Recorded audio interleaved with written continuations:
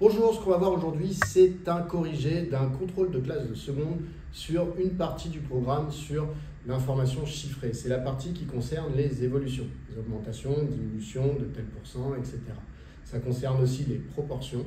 Et en tout début de contrôle, il y a deux petits calculs pour voir si vous maîtrisez bien le calcul littéral. Voilà, c'est parti. Le sujet, bien sûr, en lien dans la description. On y va. Alors, pour commencer, comme à l'habitude, un petit peu de calcul littéral. Donc, ça ne porte pas directement sur les évolutions. Première question, il faut développer et réduire l'expression qui est ici. Alors, quand vous avez ça, déjà, il faut repérer quelle est l'opération principale. Globalement, qu'est-ce que c'est comme opération, tout ça? Alors, il y a plein d'opérations un peu partout, mais concrètement, c'est ce terme-là moins ce terme-là. Donc, dans un premier temps, il va falloir que je développe d'abord ce terme-là et ensuite que je développe également ce terme-là. Alors, il faut que je m'y prenne de manière méthodique, sinon je vais me tromper. Alors, je peux le faire en parallèle, c'est-à-dire je peux m'occuper de ça et en même temps m'occuper de ça puisque ce sont des termes indépendants dans ma soustraction. Donc ici, j'ai moins 3 qui multiplie x moins 4. Donc ça me donne moins 3 fois x, donc moins 3x. Moins 3 fois moins 4, donc plus, puisque moins par moins plus, et 3 fois 4, 12. Ensuite, ici, à mon avis, il faut vraiment prendre votre temps. Vous ne pouvez pas développer tout d'un coup. Donc, on va d'abord garder le moins 2 qui va multiplier le résultat de cette multiplication ici. Donc, j'ouvre des parenthèses et je vais développer ces deux parenthèses ici. 2x fois 5, ça fait 10 fois x. 2x fois moins x, donc j'ai un moins. 2x fois x, 2x au carré. Plus 3 fois 5, donc plus 15. Plus 3 fois moins x, donc moins 3x. Ici, je ne peux rien faire de plus pour l'instant, moins 3x plus 12. Et ici, alors là, je peux peut-être commencer par réduire un petit peu à l'intérieur de la parenthèse. Donc d'abord les x au carré, il y en a moins 2. Les x, il y en a 10x ici, et j'en retire 3, donc il y en a 7. Donc plus 7x, plus 15. Maintenant, il va falloir que je développe ici le moins 2. Donc ça me donne moins 3x plus 12, moins 2 fois moins 2x au carré, donc plus, moins par moins plus, 2 fois 2x au carré, donc 4 x au carré, moins 2 fois 7x, donc moins 14x, et moins 2 fois 15, donc moins 30. Là, j'ai développé, mais on m'a demandé de réduire, c'est-à-dire de rassembler les x au carré ensemble, les x ensemble, et les constantes ensemble. Donc, j'ai 4x au carré. Les x, j'en ai moins 3 ici et moins 14 ici, donc en tout, j'en ai moins 17. Et il est constante, j'ai 12 moins 30, donc moins 18. Voilà. Voilà pour le premier calcul. Alors pour la deuxième question, on a soit A, B et C, trois nombres réels non nuls. Il faut simplifier l'expression qui est ici.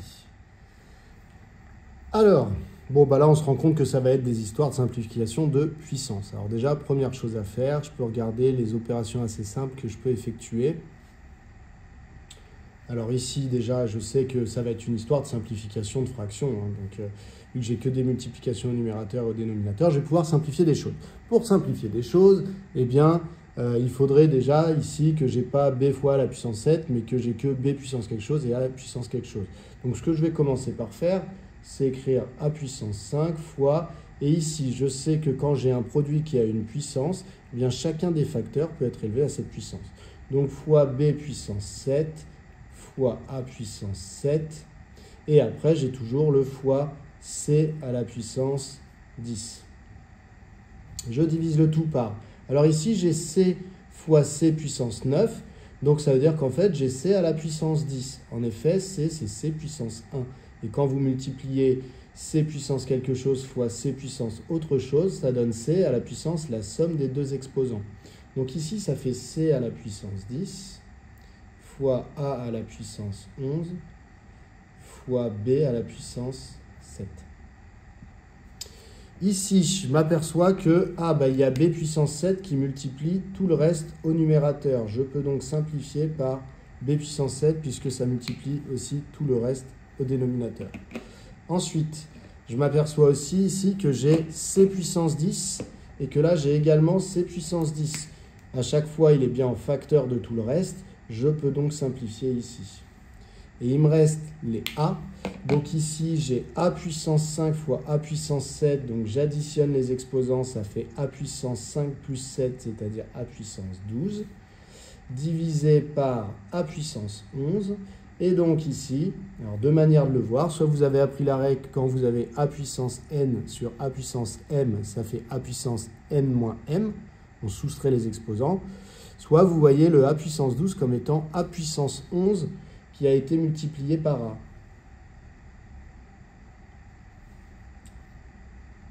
Sur a puissance 11. Et à nouveau, vous simplifiez ici.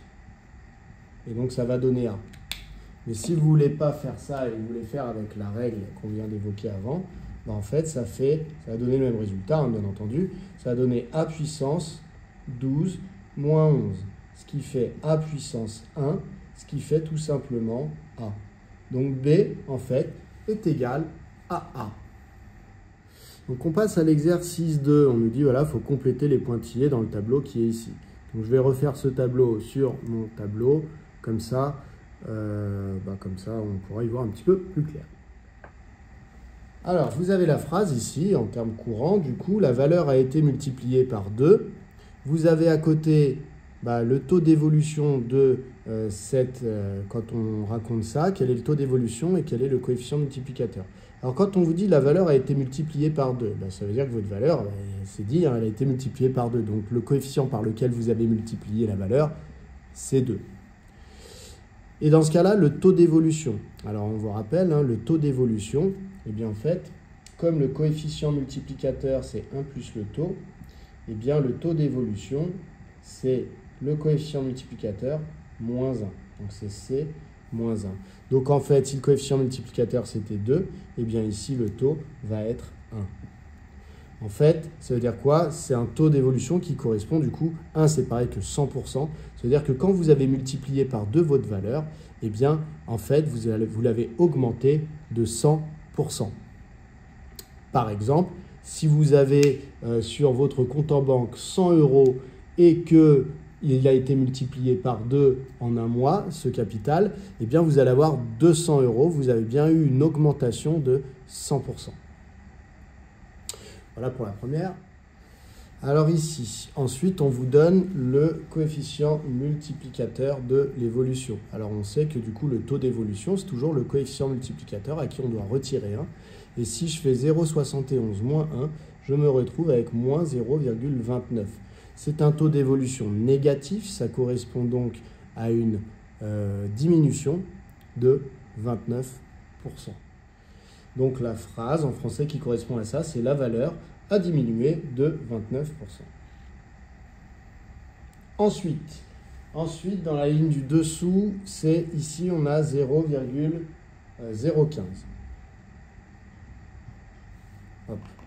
Donc, si on a 0,015, ça veut dire que le coefficient multiplicateur, on peut le trouver, il suffit de rajouter 1 au taux, donc c'est 1 plus ça, donc c'est 1,015. Et quand vous avez un taux ici, donc le taux est positif, donc ça veut dire que déjà la valeur, on va dire qu'elle a augmenté. Et pour savoir de combien elle a augmenté en pourcentage, eh bien on multiplie par 100 ici pour voir en pourcent ce que ça donne. Et donc si je multiplie par 100, ça décale de 2 la virgule, donc ça fait 1,5%. Donc de 1,5%. Hop, enfin, la dernière c'était une phrase. C'était la valeur a diminué de 8%. Donc ça veut dire taux d'évolution négatif puisque c'est une diminution. 8%, eh bien, vous pouvez l'écrire en décimale, c'est 8 divisé par 100, donc c'est 0,08. Et ici, le coefficient multiplicateur, eh bien, il faut rajouter 1. Donc ça fait 1 que je rajoute à moins 0,08 et donc je me retrouve avec 0,08. 92. Voilà pour cet exercice 2. Alors ça nous amène à l'exercice 3. Dans l'exercice 3, on me dit les questions suivantes sont des questions indépendantes. Donc ça veut dire que vous pouvez répondre à une question, de toute façon elle n'a rien à voir avec les suivantes. Voilà. Donc les 4 questions sont à prendre comme 4 petits exercices différents. Dans un lycée, 42% des élèves sont des filles. On sait également que 75% des filles font du rugby. Quelle est la proportion de joueuses de rugby dans ce lycée? Alors, pour cette question, eh bien en fait, vous avez un lycée avec tous les élèves. À l'intérieur de ce lycée, on vous dit qu'il y a 42% des élèves, donc un peu moins de la moitié, qui sont des filles. Voilà, donc 42%. Et à l'intérieur de ces 42%, vous en avez 75% qui font du rugby. Donc la partie noire ici, c'est 75% des 42%. Donc c'est les 3/4 des 42%. Donc si je veux savoir ce que ça représente cette zone noire par rapport à tout le lycée, il faut que je calcule ce que c'est que 75% de 42%. Et en maths, quand vous dites 75% de quelque chose, eh bien il faut multiplier 75% par le fameux quelque chose. Donc de quelque chose, ça revient à une multiplication. Donc ici, il va falloir que je multiplie 75% avec 42%. Alors ça me donne 0,75 fois 0,42. Ce qui fait, on peut faire la calculatrice, 0,315. Donc, bien entendu, ici, il va falloir transformer une phrase. Donc, la proportion de joueuses de rugby dans le lycée, c'est 31,5%. Voilà ce qui vient conclure cette question 1. On passe à la question 2. Alors, au passage, vous avez peut-être repéré une faute d'orthographe ici. Joueuse. Il manque un petit S. Cela sera très certainement rectifié sur le sujet que vous trouverez dans la description de cette vidéo.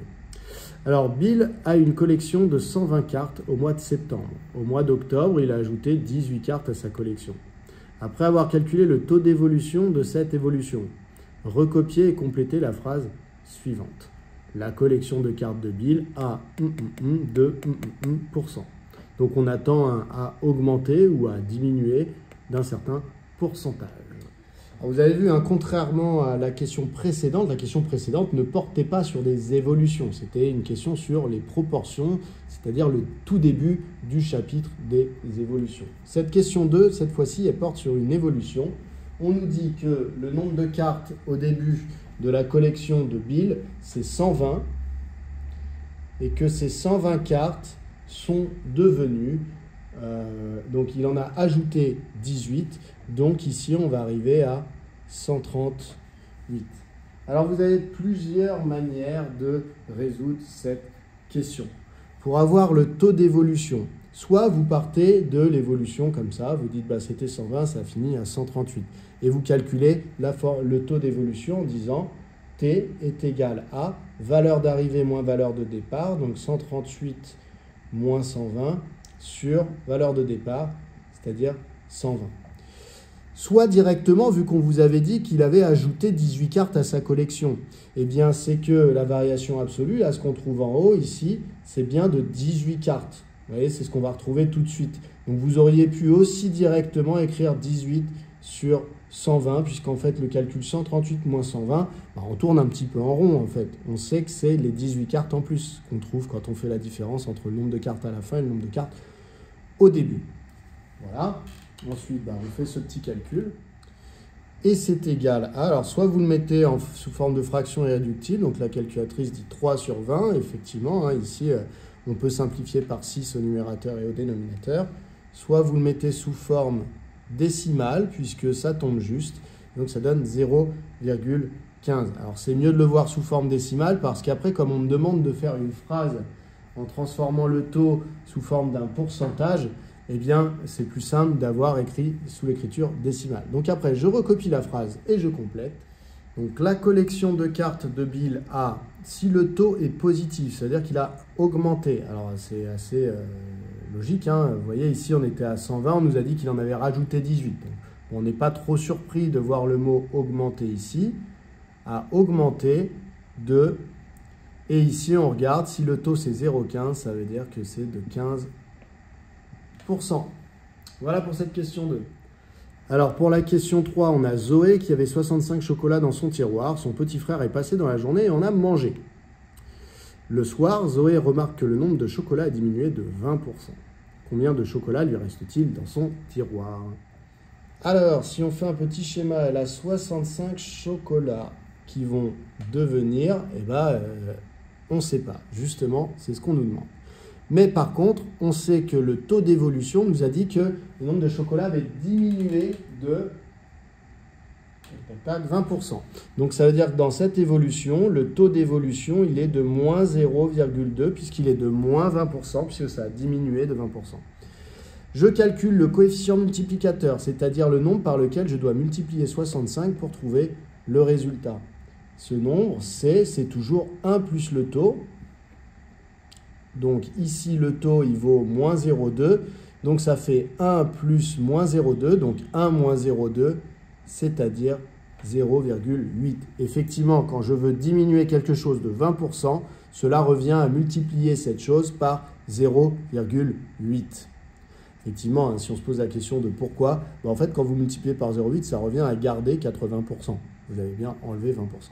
Donc maintenant, je peux savoir ce qui vient ici. Donc, la valeur V que je pourrais chercher ici, eh bien, ce serait 65 multiplié par C, c'est-à-dire 65 multiplié par 0,8. Et ça donne... Alors, si vous retirez 20% ici, vous pouvez faire la calculatrice. Sinon, vous pouvez aussi faire un petit peu de tête. Donc, 65 ici, si je calcule 10%, c'est 6,5 fois 2 pour avoir 20%. Ça revient à retirer 13. Donc, ici, je vais avoir en fait 52. Voilà.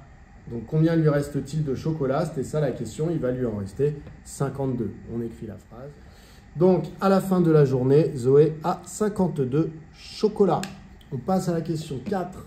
Alors, pour la question 4, on nous dit, après avoir augmenté de 22,5%, le chiffre d'affaires d'une entreprise est de 171 500 €.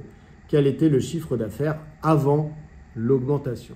Donc, il y avait un chiffre d'affaires qu'on ne connaît pas, mais on sait qu'après avoir augmenté de 22,5%, il est de 171 500 €. Donc on sait que l'augmentation, donc c'était une augmentation, donc on a une évolution avec un taux qui est positif. L'augmentation, elle est de 22,5%, donc le taux vaut 0,225. Et ensuite, ça veut dire que le coefficient multiplicateur, il vaut 1 plus le taux, donc 1 plus 0,225, ce qui fait 1,225. Alors, on ne voit pas trop ce qu'il y a en haut. Hop, on voit un petit peu mieux. Donc voilà, donc ça veut dire qu'on se pose la question de ce qui était ici. Donc on sait que V multiplié par le coefficient multiplicateur, ça donne 171 500. Donc une des méthodes, c'est de dire que V fois C,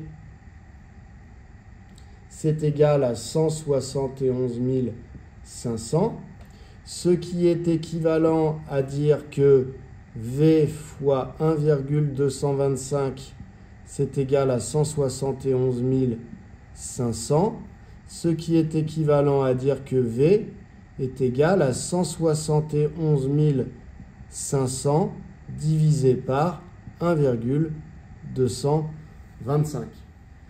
Et ça, si je fais le calcul, ça me donne V égale 140 000.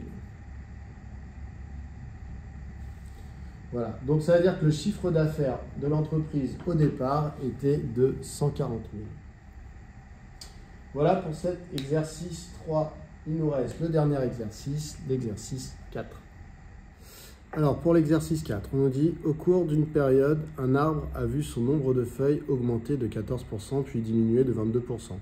Après avoir calculé le taux d'évolution global de ces deux évolutions, recopier et compléter la phrase suivante. Au cours de cette période, le nombre de feuilles a de 1,1%. Alors on a une valeur V1 qui est devenue une valeur V2 après avoir augmenté de 14%. Donc on a un taux d'évolution qui est de 0,14 et donc un coefficient multiplicateur qui est de 1 plus le taux, c'est-à-dire de 1,14. Ça c'est pour la première évolution.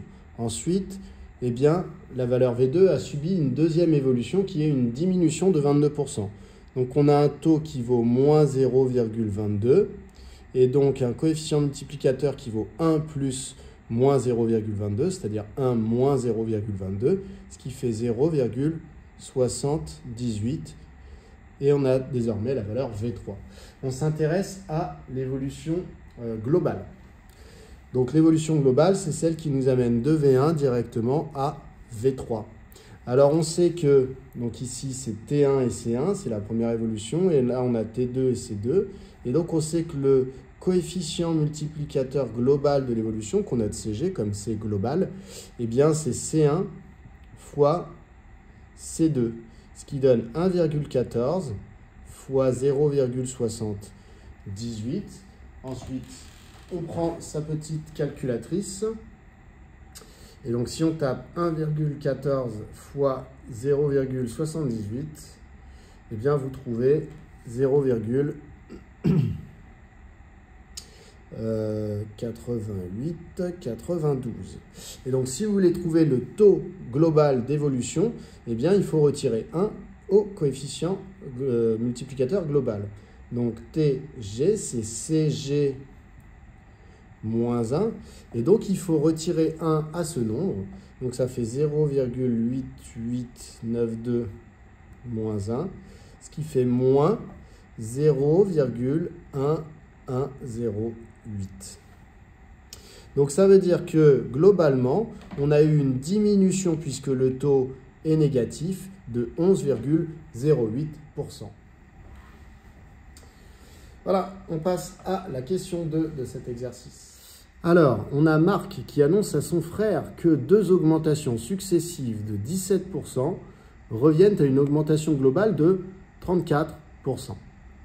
À l'aide d'un raisonnement clair, expliquez pourquoi Marc a tort de penser cela et rectifier son affirmation afin qu'elle soit vraie. Alors effectivement, intuitivement, vous devez maintenant le savoir, quand on enchaîne 2 augmentations de 17%, il ne suffit pas d'additionner les taux pour connaître le taux global d'évolution. Ça ne fonctionne pas, donc ça, il faut vraiment que dans votre tête, ce soit bien clair.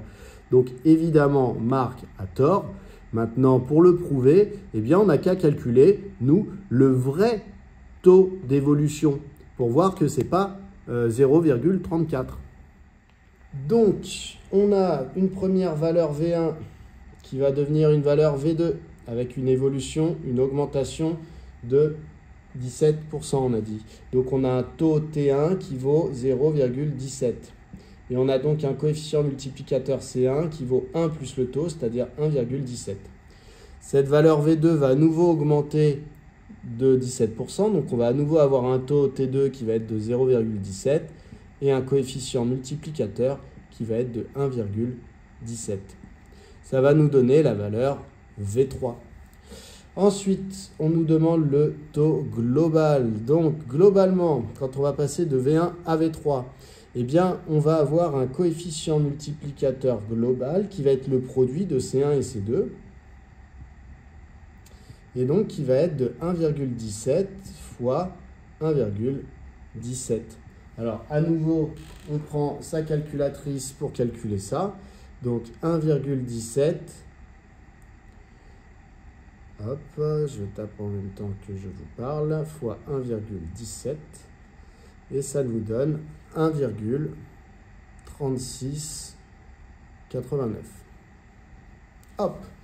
Si je veux le taux d'évolution, il faut que je retire 1 à ce coefficient multiplicateur. Donc, c'est CG moins 1, ce qui fait 1,3689 moins 1, ce qui fait en fait 0,3689. J'ai donc un taux global d'évolution positif, donc ça revient à une augmentation.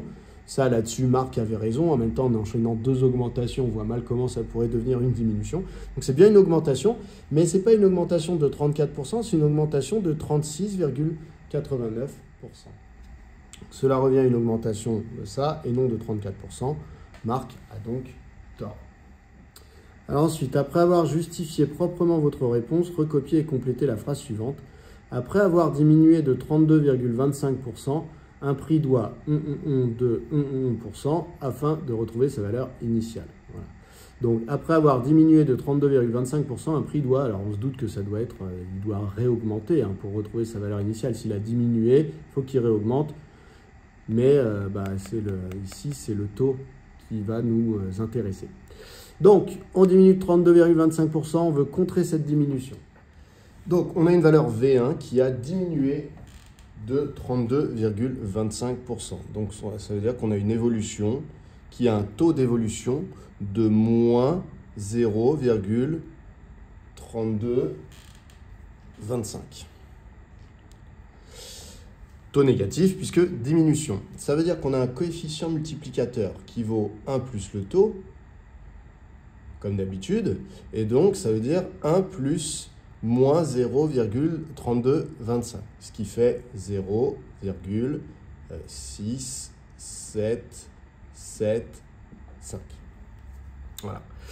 Du coup, ce qu'on veut savoir, c'est quelle est l'évolution qui va nous faire revenir au point de départ. Donc en fait, on est sur une question d'évolution réciproque. L'évolution réciproque, c'est l'évolution qui vient contrer une première évolution pour revenir au point de départ.